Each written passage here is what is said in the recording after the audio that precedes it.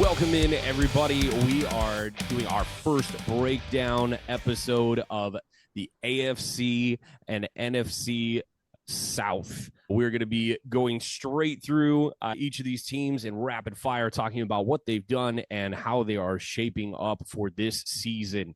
First, we're starting with the AFC South. I've got this division, and we're going to hit really the bottom of the barrel first, okay? I like the moves that they're starting to make. New regime, the coach is gone, the team got the number one pick, and without a lot of fanfare, selected Cam Ward. Usually, when you have the number one pick, that means your next season sucks. That's just how that goes, and that's what's probably going to happen for the Titans. They are in full rebuild mode. Quarterback was just the beginning of what they need to do. They've got a new GM in Mike Bergonzi. Head coach Brian Callahan is installed. You look at the roster that's there, it's especially thin at wide receiver and defensive front. Their special teams is not good. And the ESPN right now has their over-under at 5.5. It's a very popular pick to take the under. This could be the worst team in football going in, and it's not because they're not taking good strides and good steps. Cam Ward's developing nicely, saw some good stuff going through their camp. Outside of him fighting with a defensive tackle, which isn't always a bad thing. Get a little competition going, that's good. But it's his team, and that's been made very clear to everyone, and he has naturally taken that role. Don't have a lot that I really want to go over with them. It's just not worth talking about. If you are a fantasy person, we'll maybe give some tips here. I don't think Pollard's a bad take where he's projecting to go in those mid-round scenarios. So if you're looking for especially running back 3, that he would project in that range, it's not a bad go-to. They're going to hand him the ball a lot. There's going to be plenty of opportunity. If you think for some stupid reason that Calvin Ridley's a great option, go for it. Go for it. Sure. Do it. Great idea, especially if you're in a draft with me. Go for it. Somebody's going to pick him. Shouldn't be you. But I got them taking 4th in the AFC South. The Indianapolis Colts are the next team in that division for me, taking 3rd. That's pretty wide consensus. Everybody's got them there for the most part. Daniel Jones comes in. Anthony Richardson hits the bench. He has shown very little consistency at all. Tons of athleticism.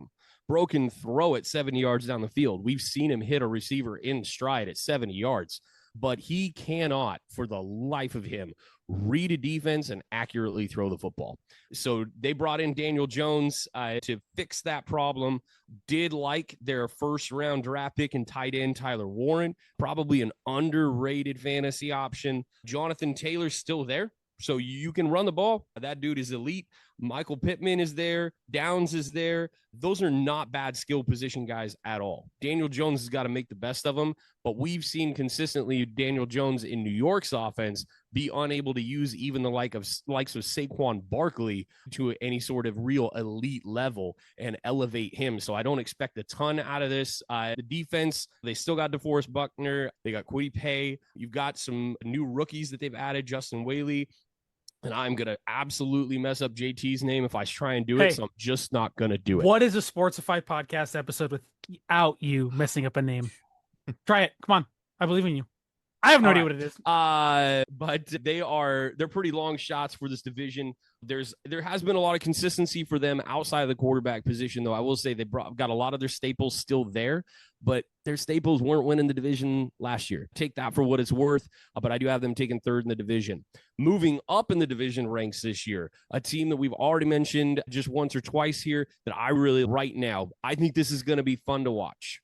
Their head coach is the biggest nerd possibly in the NFL. Certainly should not be allowed to speak into a microphone. But when it comes to X's and O's and how to get the most out of an offense, electric. This dude took Baker Mayfield, Chris Godwin, Mike Evans, McMillan, Bucky Irving, and he put together a show last year down in Tampa Bay. And I think he's poised to do the exact same thing in Jacksonville. The selection for the Jaguars of Travis Hunter at number 2 was aggressive but necessary. You need to put fans in the stands and get momentum behind this team. Great move by the GM. Great call. To pair up a wide receiver with a stud in Brian Thomas Jr., who genuinely surpassed expectations last year in the NFL and is a true number one. The pairing him on that side of the ball and then allowing Travis Hunter, who is going to play both sides in the NFL, the opportunity to take that secondary role as a receiver. He's been the primary ever since he started playing football as a wide receiver. And here he's going to get to be a 2. He doesn't have to do everything. And then he can go to the other side of the ball, play corner, and be in probably in a lot of the sets where they're throwing out 3 corners. That's going to be where he plays the most, for sure, when he's got nickel help underneath. So he's not completely on an island constantly. Not saying he can't do it, but they're going to save his legs. And we'll see how long that dual threat really does last in his career. But at least for his rookie season and right now, that is the plan that Travis is going to play on both sides of the ball. Looking forward to that. Would say in the quarterback spot, which is the most important position, not just in the NFL, but in all of sports, Trevor Lawrence has been mid. I've been calling it, bro. He is. He's absolutely mid. But this is the best roster he's ever had. We really liked Jameson dropped it to us the other morning. The pickup as well of the veteran wide receiver Tim Patrick that they snagged from the Lions. That's a great 1, 2, 3 for Trevor Lawrence. This is the best offense he's ever had. This is the best offensive coach he's ever had. This is the best chance he's had to succeed. So if he can't do it now, the end of that contract's looming. You know what I mean? It's coming at some point. And so I'm really excited to see if he can take that step.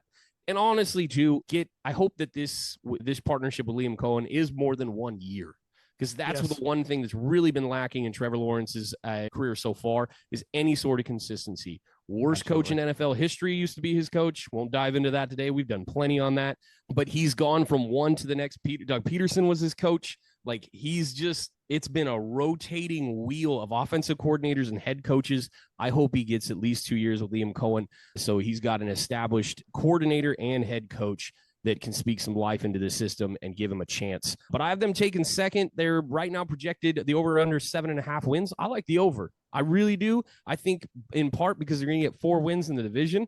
I really believe that's coming to them. They can run over the Colts with that offense. I don't think the Colts have the defense to stand tall against them. And I truly believe the Titans might win 2 or 3 games and get the number 1 pick again. Like them in the second spot. And then lastly, the clear division favorite, because this team has a couple of really good units, and that is the Houston Texans. CJ Stroud is entering year 3 already of his career. The offensive coordinator, Nick Caley, is expected to revitalize the scheme after last year's a little bit of a slump, but also that team battled a ton of injuries, especially in the wide receiver room. We got to remember that. The O-line overhaul has begun. Laramie Tunsil is gone. Cam Robinson and Laken Tomlinson are in.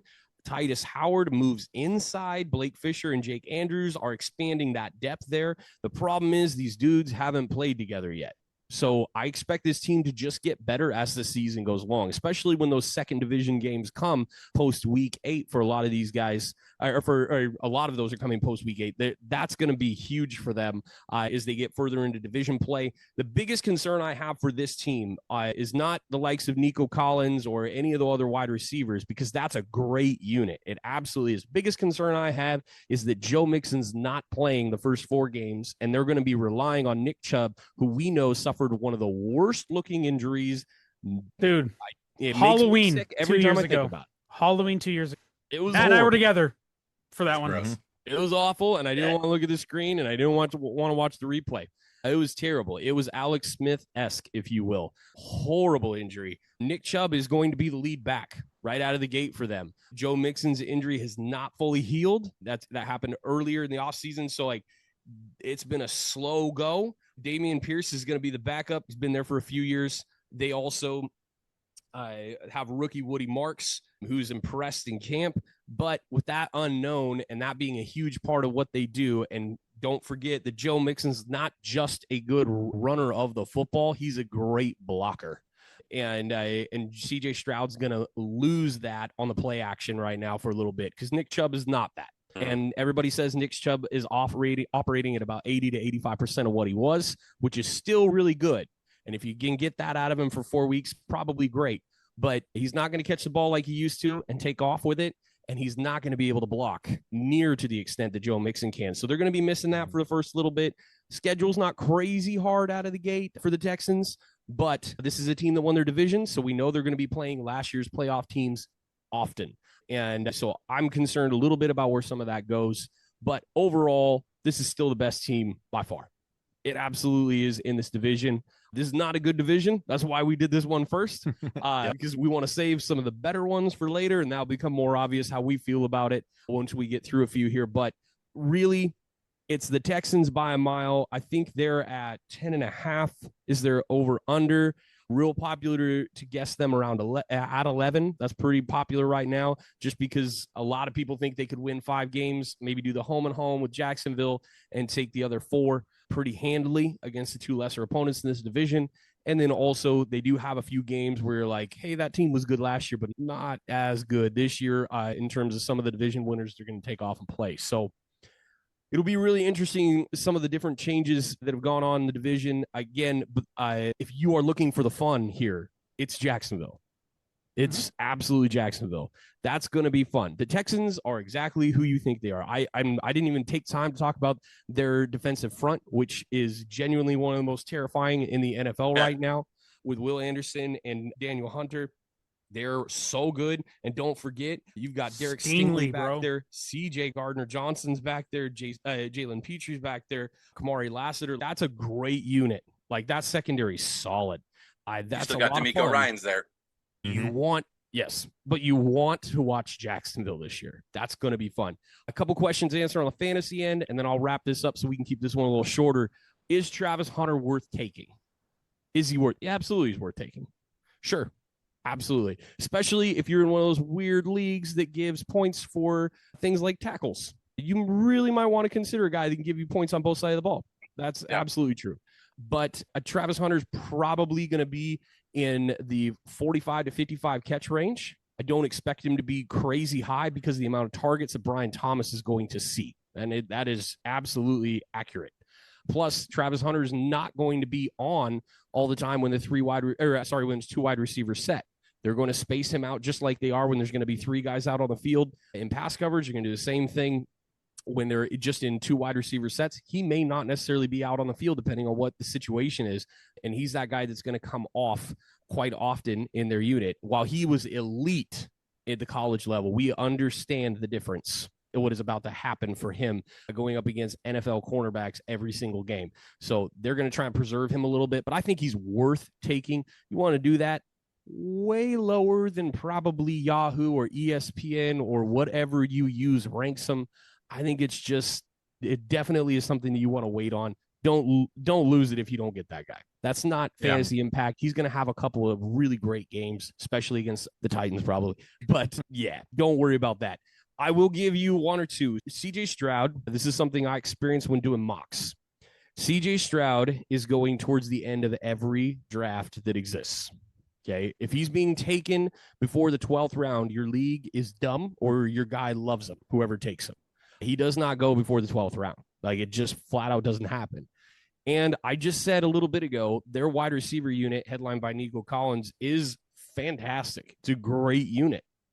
They're going to score a lot of points, especially with Joe Mixon being out for a little while.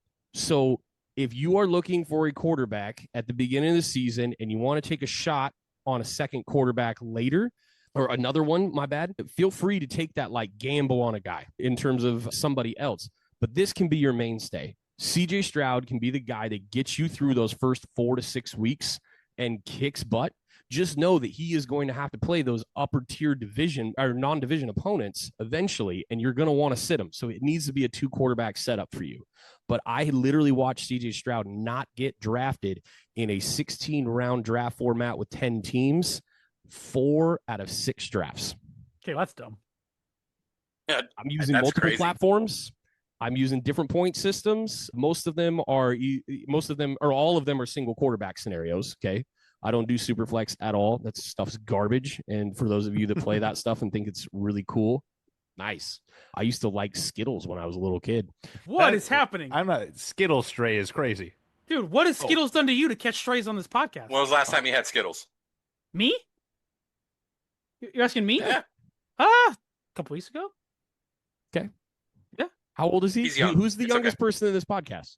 Whoa. Now are you ageist now? What's going on, huh? Yes, I am. Okay. No, I Well, you're a terrible genuinely person. like if you're doing the 2 quarterback thing though, that's stupid. Okay.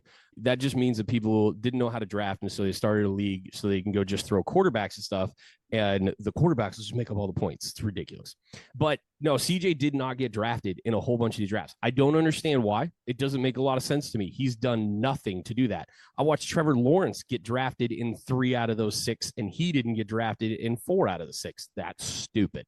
He's going to score more points than Trevor Lawrence. I really, truly believe that. And so just pay attention to him. That's one that you could really save and tuck deep. A lot of people are really high on Bo Nix. We're going to get to him later. But if you look at the difference between points between Bo and CJ Stroud last year, at least, not so much. And I do want to remind people, I know some of the hit on CJ is that offensive line is people are scared of it. But sacks don't count against your quarterback in fantasy, guys. No. Yep. He can get sacked 70 times this year, but he's still going to throw 30 touchdowns. Or he's going to run for 10. Or like he's going to have a combo like that. So he's going to get you points. It's dumb that people are sitting on him. And he is genuinely elite when it comes to being an escape artist of a quarterback. Oh yeah, he moves he's so way good up there. And also too, bro's not going to be sitting on the sidelines. He's going to play. He's going to play. Yep. He is a big dude.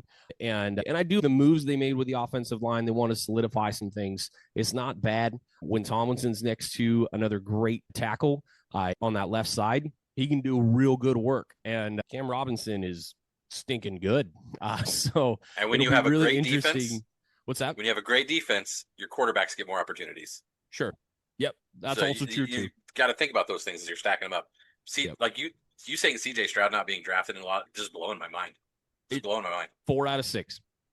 4 out of 6 in which I was genuinely trying to pay attention to it. Just a little bit wild. So lots to consider in the division in terms of fantasy impact. I could go into the Jaguars backfield and we could talk about drafting both of their running backs in terms of Tank and Travis if you want to. Don't think that's a bad option if you find yourself in a pinch. You certainly shouldn't be taking Jonathan Taylor in the first 15 picks unless you're stupid. Go ahead. Go right ahead if you want to do that. Don't do it. Don't do it. There are other backs. Take Josh Jacobs first. Absolutely take Josh Jacobs first. But there are other things that you can look at in terms of fantasy impact and all that. But really, I'll let you figure some of that out yourself. But genuinely, Houston Texans are winning this division. Jaguars are not going to be super close. The high end, I think, is 9 wins. I think that's your ceiling for that team. They are not making the playoffs. There's one division in the AFC that's so stinking good. They might as well just reserve all 4 spots for them. But that's that division. That's what it is. And there's 2 really not good teams in it. So that is our AFC South